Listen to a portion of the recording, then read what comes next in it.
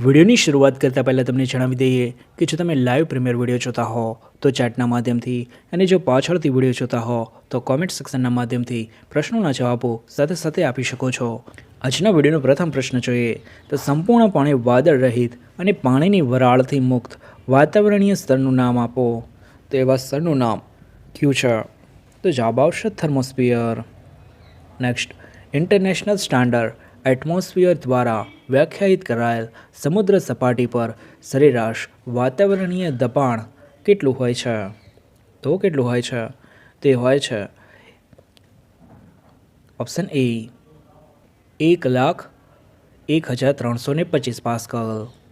Next, એગ્રોસ્ટોલોજી એટલે શેનો અભ્યાસ? તો એ શાને લગતો અભ્યાસ? તો ઘાસને લગતો। નેક્સ્ટ, કયા વિસ્તારને પૃથ્વી પર દરિયાઈ જૈવ વિવિધતાની સૌથી વધુ સાંદ્રતા ધરાવતો વિસ્તાર તરીકે નિયુક્ત કરવામાં આવ્યો છે? તો એવા કયા વિસ્તારને? તો જવાબ આવશે રાજા અંપાતને। નેક્સ્ટ, નીચેના પૈકી કોના હેઠળ વૈશ્વિક CFCનું ઉત્પાદન અડધું સ્વીકારવામાં આવ્યું છે? તો કયા પ્રોટોકોલ દ્વારા? તો જવાબ આવશે ઓપ્શન બી મોન્ટ્રિયલ પ્રોટોકોલ દ્વારા।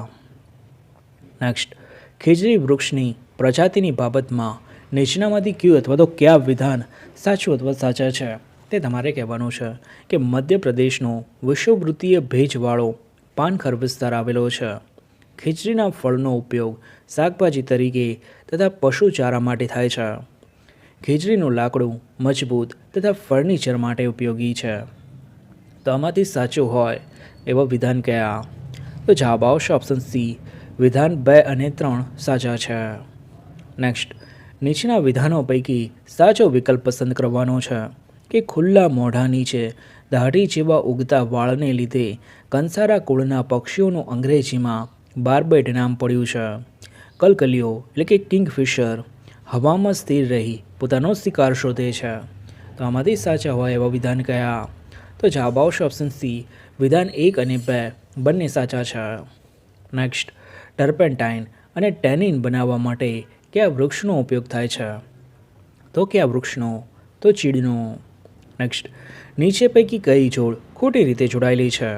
તો ચાફા પરફ્યુમ બનાવવા, ટીમરૂ બીડી બનાવવા, દેવદાર રેલવેના ડબ્બા બનાવવા। તો ખોટી રીતે જોડાયેલી હોય એવી જોડ કઈ છે?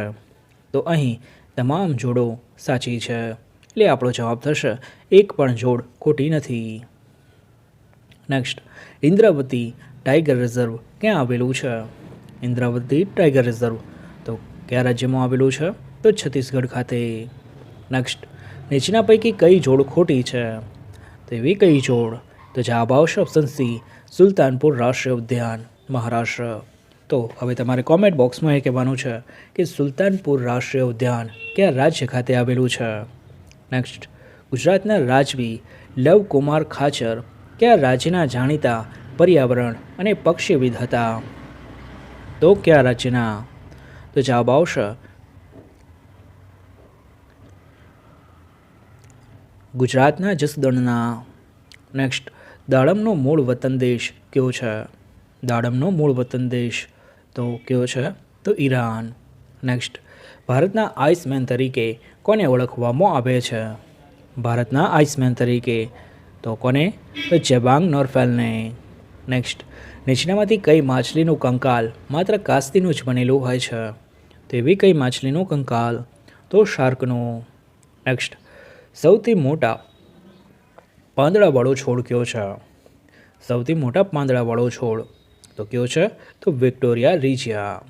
નેક્સ્ટ, નીચેનામાંથી કયા સમુદાયના પ્રાણીઓમાં ઉત્સર્જન અને અંગ તરીકે નાલી પગ જોવા મળે છે? તો કયા સમુદાયમાં? તો જવાબ આવશે ઓપ્શન સી, શૂળત્વચીમાં। નેક્સ્ટ, કઈ વનસ્પતિના ફળનો બાહ્ય ભાગ દાળ શાક વગેરેમાં સ્વાદ વૃદ્ધિ માટે ખટાશ તરીકે વપરાય છે? તો કઈ વનસ્પતિના ફળનો બાહ્ય ભાગ?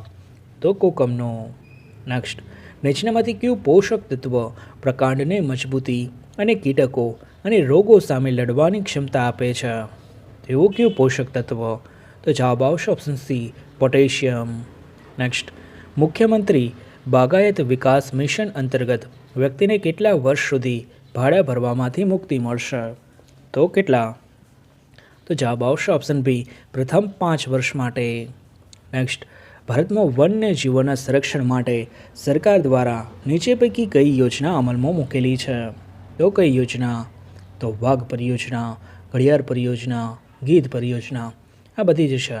એટલે જવાબ થશે ઓપ્શન ડી, આપેલ તમામ.